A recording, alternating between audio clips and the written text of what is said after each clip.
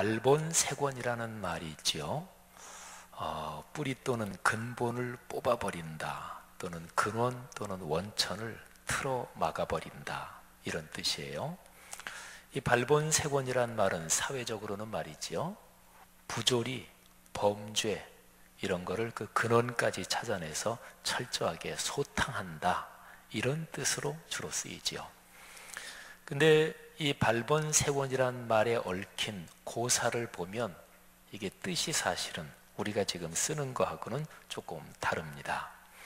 이 단어가 나오는 그 고전의 출처가 춘추 좌시전 소공 9년조 그 부분에 나온다고 그래요. 근데 거기에 주나라의 성왕이라는 사람이 다음과 같은 말을 한다고 그래요. 나에게 백부가 계시는 것은 옷에 갓과 면류관이 있으며 나무에 물이 있고 물에 근원이 있으며 백성에게 지혜로운 주군이 있는 것과 같다.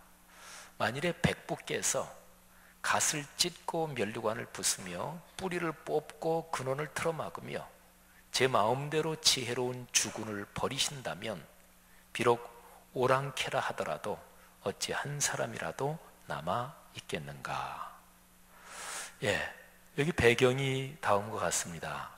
이 성왕의 아버지가 무왕인데요, 그 무왕이 죽고서 그때 당시에 이 성왕이 나이가 어렸다 그래요. 근데 어쨌든 어린 아들이 왕이 되는데 그 성왕, 이 왕을 정성껏 지성으로 잘 보좌해서 주나라의 기틀을 세우고 나라를 부강하게 만든 사람이 이 어린 성왕의 백부라 그래요. 그래서 이 성왕이 자기의 백부가 참 소중하고 그리고 참 감사하고, 그래서 이제 자기의 백부에 대해서 이야기를 한 것입니다.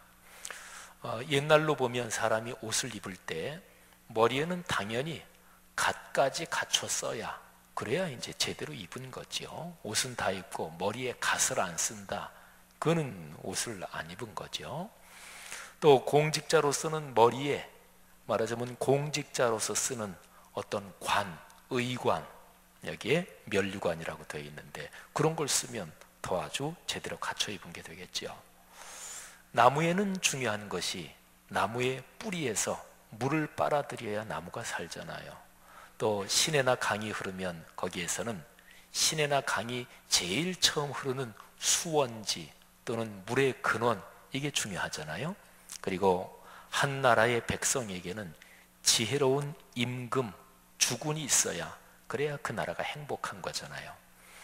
근데 이제 성왕이 그런 얘기를, 우리 백부께서 그렇게 참 좋은 역할을 해주셔서 우리나라의 기틀이 잡히고 또 내가 임금으로서 제대로 노릇을 할 수 있었다, 이렇게 감사하는 말이지요.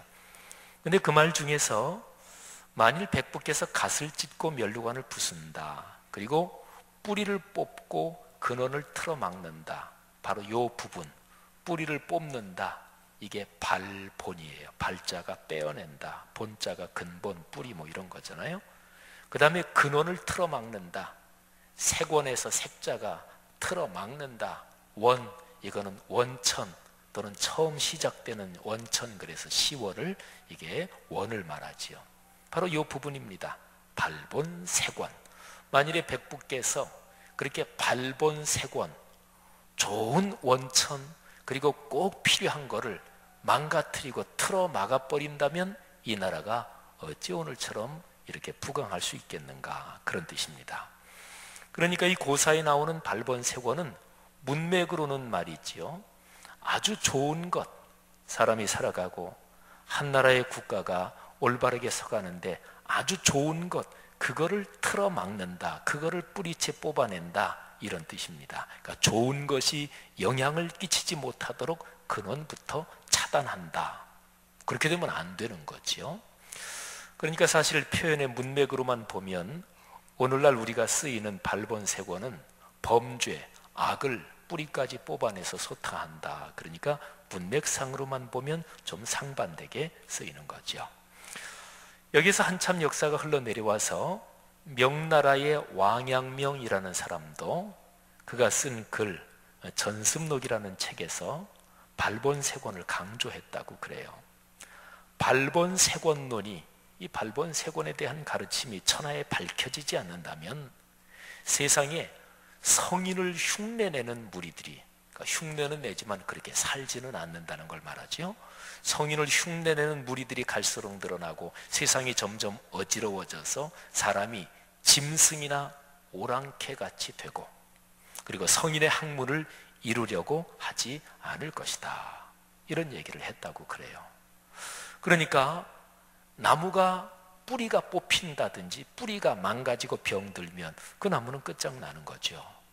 또 물이 흐르는데 어떤 샘이나 강이나 제일 처음 흐르는 수원지, 거기가 막힌다든지 거기가 오염된다면, 이게 좋은 것이 발본색원 된다면 그러면 세상이 어떻게 아름다워질 수 있겠습니까? 뿌리까지 뽑히면 나무는 다시 살아날 수 없습니다. 물의 원천을 막아버리면 더 이상 물이 흐르지 못합니다. 여러분 한번 생각해 보십시오. 사람의 삶에서, 그리고 우리네가 살아가는 삶에서 나무한테 뿌리와 같은 것, 그리고 물이 흐르는데 그 원천과 같은 것이 무엇일까요? 그거 없으면 사람이 살 수 없고, 그리고 어느 정도는 견딜 수 있지만 결국에는 사람의 삶이 망가지고 파멸하게 되는 그 좋은 원천, 그게 우리 사람의 삶에서는 무엇일까요? 물리적으로는요, 우리 사람이 신체를 가지고 물질을 가지고 살잖아요. 그러니까 물리적으로 본다면 사람 신체의 생명, 그리고 우리 신체 생명이 살아가는 우리를 둘러싼 자연 환경, 그게 말하자면 뿌리와 원천 같은 것일 거예요. 사회적으로 보면 사람이 의미 있게 살아가는데 필요한 적절한 경제력이 있어야 되지요. 그리고 인간관계가 사람의 삶에서 중요하지요. 그리고 또 하나 얘기한다면 내가 속한 집단, 어떤 모임들, 그게 내 친인척 혈연관계 모임도 그렇고, 내가 직장 생활하는 사회적인 이런저런 모임이나 동창회 모임이나, 또 우린 신앙인들이니까 교회 다니면서 내가 다니는 교회에 이런 모임이든지, 내가 속한 사회적인 어떤 집단들이 아름답고 건강하게 발전하는 것, 그거를 꼽을 수 있겠지요. 그러니까 사회적으로 보면 적절한 경제력, 그리고 아름다운 인간관계, 내가 속한 집단이 건강한 것, 그것입니다. 정신적이고 영적인 영역에서 본다면 뿌리와 원천은 무엇일까요? 그는 올바른 가치관, 그리고 세계관을 갖고 하나님의 뜻에 헌신하는 그 소명에 대한 기쁨이라고 얘기할 수 있을 것입니다. 하늘아버지, 형제 자매들이요, 한번 이제 우리의 삶을 지금까지 말씀드린 여기에 비추어서 생각해 보십시다. 여러분의 삶의 근본 또는 원천이 무엇입니까? 여러분은 어떻게 그 근본과 원천을 생각하면서 살고 계십니까? 혹시나 내 삶에서 가장 근원적이고 원천에 해당하는 그것이 혹시 막혀 있지는 않습니까? 근본과 원천이 막히면 답답하고 괴롭지요. 그런데 막혀 있는 상태가 오래되면은요, 답답함을 느끼지 못할 수도 있습니다. 그리고 아예 그 상황에 길들여져 있을 수도 있어요. 그런 정도 상태면은 그거는 좀 심각한 거죠. 근본과 원천이 막히면 언젠가는 망가지고 언젠가는 끝나는 거 아니겠어요? 그러니까 지금 현재로서는 답답함 나 별로 모르겠고 또 별로 힘들지도 않고 그럴지도 모르지만, 그런데 가만히 살펴서 내 삶의 신체적인 면이든 또는 사회적인 면이든 정신적이고 영적인 면이든 제일 근본 원천에 해당하는 데 문제가 있다면 그거는 바르게 살펴서 고쳐야 되는 거지요. 성도들이요, 여러분이 걸어가는 인생길에서 여러분 삶에서 제일 중요한 것들이 늘 건강하고 맑고 그리고 복이 넘치기를 축복합니다. 경제적으로 넉넉하기를 바랍니다. 또 인간관계에서 아름다우시고요, 또 교회 공동체, 가정 공동체, 사회 직장 생활하는 여러분의 사회적인 모든 그 모임들에서 그 모임이 건강하고 바르게 아름답게 발전하기를 바랍니다. 무엇보다 하나님과의 신앙적인 관계에서 여러분의 삶에서 늘 하나님이 축복하시는 그 축복을 누릴 수 있기를 바랍니다. 내가 속한 집단, 내가 속한 사회적인 모임 어떤 것이든지요, 거기에서 기본적으로 긍정적인 마음을 가지고 그리고 그 모임을 사랑하고 아껴야 됩니다. 예를 들면 어떤 사람이 회사를 다니면서 늘 회사에 대해서 불만이고 늘 회사에 대해서 불평이 많고, 그런데 아예 그 회사를 그만두고 다른 회사 다니면 몰라도 뭐 회사가 완벽한 데가 어디 있겠어요? 경영자도 힘들고 또 직원, 사원, 노동자도 힘들겠지만, 그런데 어떤 사람은 그 회사 다니면서 뭐 이런저런 부족한 거 또 마음에 안 드는 게 있지만 그래도 기왕 내가 이 회사 다니니까 내가 최선을 다해야지, 우리 회사 발전하도록 내가 좀 더 힘을 써야지, 이렇게 다니는 사람을 생각해 보세요. 불평, 불만이 있는 사람하고 그래도 최선을 다하고 긍정적인 마음을 가지고 다니는 이 사람하고 두 사람 중에 누가 더 행복할까요? 누가 더 삶에서 축복을 더 많이 누릴까요? 말할 필요도 없지요. 사랑하신 여러분, 우리가 걸어가는 모든 삶의 영역에서 하나님이 우리에게 주시는 축복 넉넉하시기를 다시 한번 축복합니다. 이스라엘 민족은요, 길고 긴 고난의 길을 힘겹게 걷고 매를 얻어맞을 대로 얻어맞고서야 바로 이 사실을 처절하게 깨달았습니다. 이스라엘 민족의 역사에서 나라가 망하고요, 사람들이 죽고 흩어지고 또 바벨론 제국으로 포로로 끌려갔습니다. 몇십 년 포로 생활이 지난 뒤에 1차 귀환자들이 바벨론 포로지에서 고국 예루살렘으로 다시 돌아옵니다.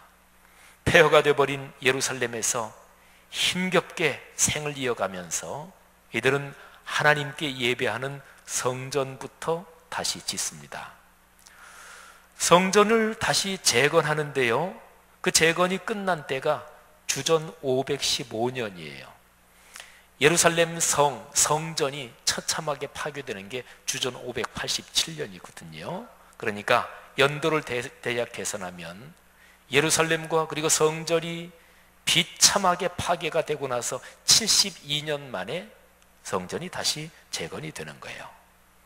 성전 재건이 끝나고 예루살렘 전체 도시를 둘러싸고 있는 성벽을 쌓아야, 그래야 도시가 제 기능을 할 거 아니겠어요? 이 성벽이 쌓아져야 그래야 이 성 안에 있는 성전도 제대로 제 기능을 할 거 아니겠어요? 근데 성벽이 금방 이게 재건되지 않습니다. 여러 가지 어려움 또는 반대자들의 공격과 방해 때문에 차일피일 미뤄지고요. 그래서 성전이 준공이 되고 나서 성벽이 완전히 재건되는 게 주전 445년인데 성전 짓고 나서 70년이 또 흘러서야 겨우 그렇게 되는 거예요. 그러니까요, 예루살렘 성이 파괴되고 성전이 처참하게 불타버리고 그 후에 140년 정도가 지나고서야 성전 겨우 옛날처럼 그렇게는 짓지도 못하고요, 겨우 이렇게 해놓고 또 성벽도 겨우 재건해 놓게 되는 거죠. 망가지는 거는 쉽습니다. 망가지는 거는 잠깐이에요. 근데 회복하는 거는 힘들어요. 나이가 조금씩 들어가시면서 건강을 생각해 보시면 잘 아시죠? 사람이 건강이 점점 더 안 좋아지는데 그거를 잘 느끼지 못하는 거예요. 그리고 방심하고 한참 젊을 때 건강만 생각하고 그러다가 어디에 확 덜커덕 병이 걸리거나 건강이 망가지고 나면 회복하는 것은 대단히 힘들지요. 사랑하신 여러분, 우리의 삶에서 삶의 근원과 원천에 문제가 생겨서 그게 점점 안 좋아지고 망가져갈 때 그거를 깨달을 수 있는 감각이 있어야 돼요. 그게 무감각해지면 삶은 계속해서 망가지고 어느 때 결정적으로 다 망가지고 난 다음에 그 다음에 다시 회복하려면 아주 긴 시간이 걸리는 거지요. 이스라엘 백성이 그랬던 거예요. 자, 성전을 다시 겨우 세워놓고 성벽을 다시 쌓았습니다. 그런데 그게 겨우 시작입니다. 성전과 성벽이라는 물리적인 기초는 놓았지만요, 거기에 덧붙여서 참된 근본과 원천이 샘이 솟고 솟은 샘물이 흘러가지고 강물처럼 흐르도록 그렇게 참된 근본과 원천이 작동해야 되잖아요. 그 참된 근본과 원천이 하나님의 거룩한 말씀이었습니다. 그 말씀이 이스라엘 백성들의 일상생활로 이어져서 흘러야 했거든요. 바로 이런 절박한 인식, 깨달음을 가졌기 때문에요, 느헤미야 그리고 에스라를 중심으로 해서 이스라엘 백성들은 오늘 우리가 묵상하는 느헤미야 9장에 나오는 이 상황 속에서 아주 특별한 마음을 가지고 있고 절박한 마음을 가지고 있었습니다. 느헤미야서 9장에 나오는 오늘 이 본문 말씀의 사건은 주전 445년 7번째 달이었습니다. 요즘 달력으로 계산하면 10월이에요. 이스라엘 백성들은 10월 한 달 내내 말씀을 들었습니다. 들은 말씀을 마음에 새겼습니다. 온몸으로 헌신하겠다고 지금까지 잘못 살아온 것을 통회하고 울면서 회개했습니다. 그리고 온 삶을 다 바쳐서 굳게 결심을 했습니다. 이스라엘 백성들이 거의 한 달 동안 하나님의 말씀을 듣고 자기 자신의 잘못을 뉘우치고 다시 한번 말씀대로 살겠다고 결단하고 그러면서 그달 24일에 집회를 마무리하는 건데, 그러면서 하나님께 올린 기도문이 느헤미야서 9장에 기록이 되어 있습니다. 근데 느헤미야서 9장에 보면 7절부터 36절이에요. 이스라엘 백성이 걸어온 전체 역사가 여기에 구조적으로 요약이 되어 있습니다. 그러니까 이 느헤미야서 9장 7절부터 36절까지는요 이스라엘 민족의 역사 인식이 담겨 있다, 이렇게 볼 수 있는 거죠. 자, 여기에 담겨 있는 내용이 무엇일까요? 이거를 꼼꼼하게 읽어보면 여기에 이스라엘 백성의 원천과 근원이 여기에 담겨 있습니다. 아까 말씀드렸잖아요. 발본색원이란 말, 그 고사에서 있는 것처럼 우리의 삶에서 내 삶을 지탱해주는 진짜로 중요한 근본, 샘이 솟는 원천과 같은 거, 그게 막히거나 거기에 문제가 생기면 사람의 삶은 결코 행복할 수가 없거든요. 이스라엘 백성이 그거를 다시금 새롭게 절박하게 깨달은 거예요. 그렇구나, 우리 민족이 살아온 역사에서 하나님이 우리를 선택하신 선택받은 백성인데 우리의 삶에서는 이게 바로 샘이고 근원이고 원천이구나, 그걸 다시 한번 깨달은 거예요. 중요하겠죠, 그죠? 자, 9장 7절부터 36절까지를 제가 잠시 설명을 드리겠습니다. 이 부분은 둘로 나눌 수가 있습니다. 첫 번째 부분에서는 이스라엘 민족이 아브라함, 이스라엘 민족의 시조예요. 그때부터 느헤미야가 지금 이스라엘 백성과 함께 모여있는 주전 445년 10월까지 이 전체 역사가 요약이 되어 있어요. 그게 바로 첫 번째 덩어리, 그게 7절부터 31절까지입니다. 그리고 두 번째 덩어리 32절부터 36절까지는요 여기에서 요약된 역사를 해석을 합니다. 역사가 어떻게 걸어왔다, 어떻게 진행됐다, 그것도 중요하지만 그거를 어떤 눈으로 바라보느냐, 해석이 중요하잖아요. 사업하다가 실패를 경험하신 분들 많이 있지요. 근데 실패를 경험하고 나서 야, 이제 끝장났다, 나는 더 이상 가망성이 없다, 그런 눈으로 바라보면 그야말로 끝난 거죠. 근데 내가 왜 실패했지? 내가 여기서 뭐를 내가 판단을 잘못했지? 그걸 보고 나서 아, 그래, 요거를 고치면 내 사업이 다시 재개할 수 있겠다, 이런 눈으로 바라보면, 그렇게 해석하면 그 실패한 거는 디딤돌이 되고 그리고 도약대가 될 수 있는 거죠. 지나온 삶은, 걸어온 내 인생길은 일어난 사건을 바꾸지는 못해요. 뭐 타임머신을 타고 과거로 돌아갈 수 있는 것도 아니고요. 근데 해석은 바꿀 수 있어요. 보는 시각은 바꿀 수 있어요.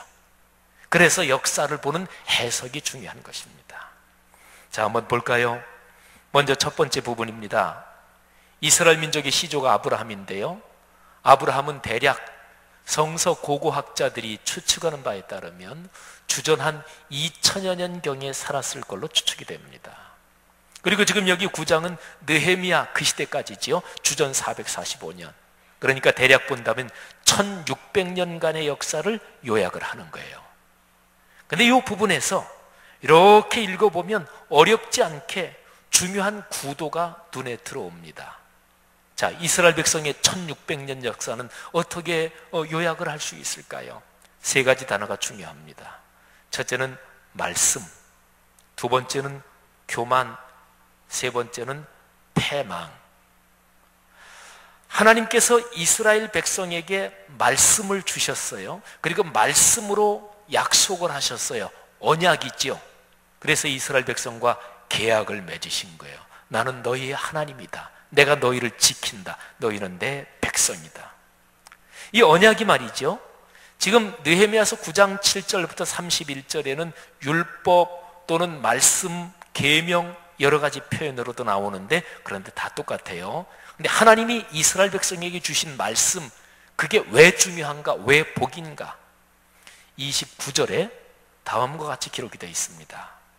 사람이 준행하면 그 가운데서 삶을 얻는 주의 계명. 그러니까 말씀이 뭐예요? 하나님이 주신 말씀을 겸손하게 듣고 삼가 실천하면 삶이 풍요로워지고 삶이 복을 받는다는 얘기입니다. 그러면 반대는 무엇일까요? 하나님이 주신 말씀을 마음이 교만해져서 듣지 않고 거역한다는 거죠. 그 결과는 삶이 망가지는 거죠. 이스라엘 백성은 아쉽게도 이 부정적인 길로 걸어갔습니다. 하나님의 말씀을 주셨는데 교만해져서 듣지 않습니다. 겸손하게 귀 기울여서 듣지 않으니까 깨닫지 못하고, 깨닫지 못하니까 삶으로 순종할 리가 없지요. 자, 교만해져서 말씀을 듣지 않는 것, 이 교만과 말씀을 듣지 않는 것, 이게 어떻게 연결되는지 16절에는 이렇게 기록이 되어 있습니다. 그들과 우리 조상들이, 그러니까 이스라엘 백성이 과거에 살아온 그 모든 사람들이 말이죠, 교만하고 목을 굳게 하여 주의 명령을 듣지 아니하고. 여러분 일상생활에서도 그렇잖아요. 어떤 분야에서 자기가 잘 나간단 말이에요. 남보다 잘한단 말이에요. 그러면 어떤 상황부터는 남 얘기 안 듣습니다. 내 얘기가 최고인 줄 알아요. 내가 제일 잘하는 줄 알아요. 그런데 내 주변에 그 직종, 그 업종, 그 영역이 계속 바뀌어요. 근데 내가 최고인 줄 알고 남 얘기가 귀에 들어오지 않고 다른 거 별로 참고할 것도 없다 그러는 순간에 주변 상황은 변하는데 자기는 머물러 있는 거지요. 그게 어느 정도 축적되면 그러다가 이제 망하고 꺾이게 되는 거지요. 일반적인 삶이나 영적인 생활에서나 원리는 다 똑같습니다. 자, 25절부터 27절에 보면 말씀을 듣지 않고 교만해서 그래서 패망하는 말씀 교만 패망의 슬픈 연결고리가 25절부터 27절에 있어요. 제가 한번 읽어볼 테니까 잘 들어보십시오. 그들이 이스라엘 백성들을 말해요. 견고한 성읍들과 기름진 땅을 점령하고 모든 아름다운 물건이 가득한 집과 판 우물과 포도원과 감람원과 허다한 과목을 차지하여. 이 이스라엘 백성들이 그거 차지한 게 자기들이 우물을 판 게 아니에요. 자기들이 가꾼 과수원이 아니에요. 그런데 하나님의 은혜로 가나안 땅을 점령하면서 또는 요단강 동편 땅을 점령하면서 하나님의 은혜로 차지하게 됐단 말이에요. 근데 차지하여 배불리 먹어 살찌고 주의 큰 복을 즐겨 싸우나. 여기까지는 좋아요. 근데 즐겼습니다 이렇게 되지 않고 즐겨 싸우나 그러나 이렇게 되잖아요. 뒤에 어떻게 됩니까? 그들은 순종하지 아니하고 주를 거역하며. 우리 신앙생활하면서 많이 듣잖아요. 하나님의 말씀에 순종하지 않는다, 거역한다. 근데 그게 바로 그 얘기예요. 순종하지 아니하고 주를 거역하며 주의 율법을 등지고. 율법이 말씀이잖아요. 율법을 등지고. 그리고 하나님께서 그런 상황 가운데서 이스라엘 백성들에게 하나님의 말씀으로 계속 타이르시고 계속 권면하시고 말씀대로 살아야 한다고 하나님이 계속해서 선지자들을 보내셔요. 그런데 주께로 돌아오기를 권면하는 선지자들을 죽여 주를 심히 모독하였나이다. 결과가 어떻게 됐을까요? 그러므로 주께서 그들을 대적의 손에 넘기사 그들이 곤고를 당하게 하시매 결국에는 망한다는 거죠. 교만하면 매를 맞습니다. 근데 그거는 이스라엘에게만 적용되는 것은 아니에요. 10절 말씀에 보면 이스라엘 백성이 노예 생활을 했던 애굽, 이집트의 파라오 왕과 말이죠. 그 집단도 왜 하나님께 매를 맞았느냐? 그들이 이스라엘에게 교만하게 행동했기 때문에 하나님께 매를 맞았다고 기록이 되어 있습니다. 이스라엘이 있는 지역이 말이죠. 고대 근동 지방에는 이렇게 초승달처럼 반달처럼 이런 식으로 해서 거기가 비옥하고 사람이 살던 땅이에요. 그래서 비옥한 초승달 지역이라고 얘기를 해요.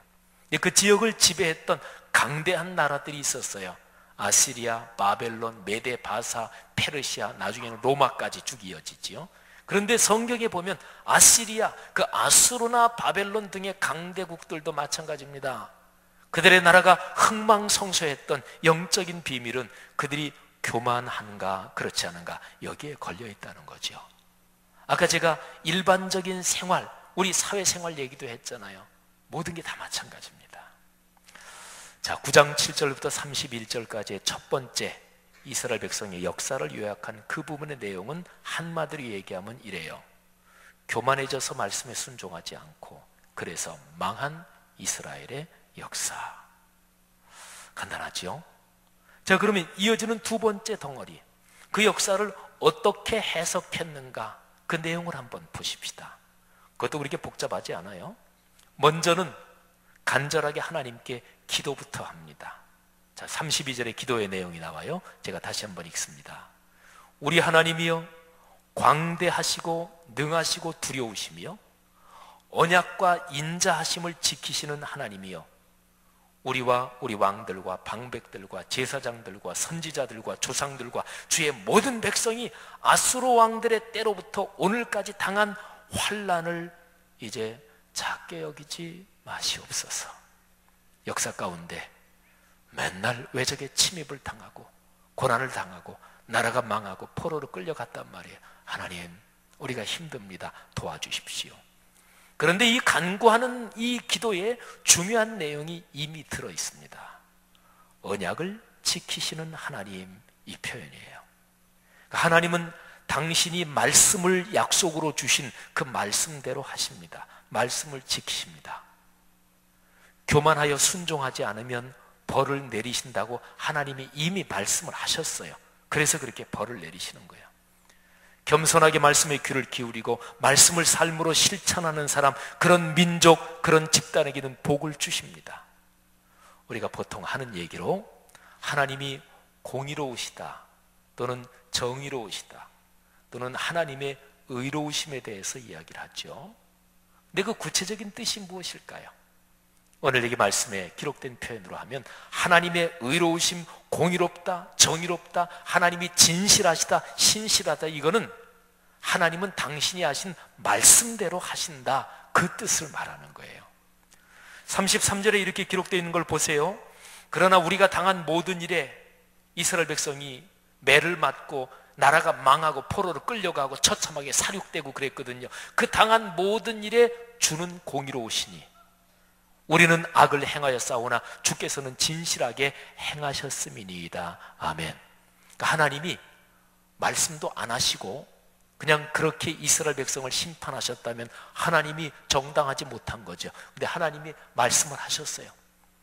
신명기서를 중심으로 한 창세기, 출애굽기, 레위기, 민수기, 신명기, 이게 이스라엘 백성한테 하나님 말씀의 핵심인데요. 거기 보면 아주 명백하게 말씀하셨어요. 내 말에 순종하고 그러면 너희의 삶에 복이 있을 것이다. 신명기 28장에는 축복과 저주가 아주 명백하게 기록이 되어 있습니다.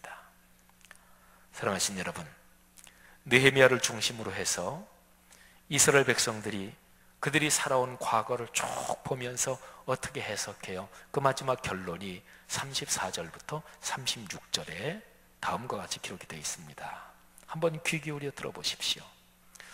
우리 왕들과 방백들과 제사장들과 조상들이 주의 율법을 지키지 아니하며 주의 명령과 주께서 그들에게 경계하신 말씀을 순종하지 아니하고, 여기 율법, 명령, 말씀 다 똑같은 얘기죠. 말씀에 순종하지 않고 그들이 그 나라와 주께서 그들에게 베푸신 큰 복과 자기 앞에 주신 넓고 기름진 땅을 누리면서도 주를 섬기지 아니하며 악행을 그치지 아니하였으므로 우리가 오늘날 종이 되었는데, 곧 주께서 우리 조상들에게 주사 그것의 열매를 먹고 그것의 아름다운 소산을 누리게 하신 땅에서 우리가 종이 되었나이다.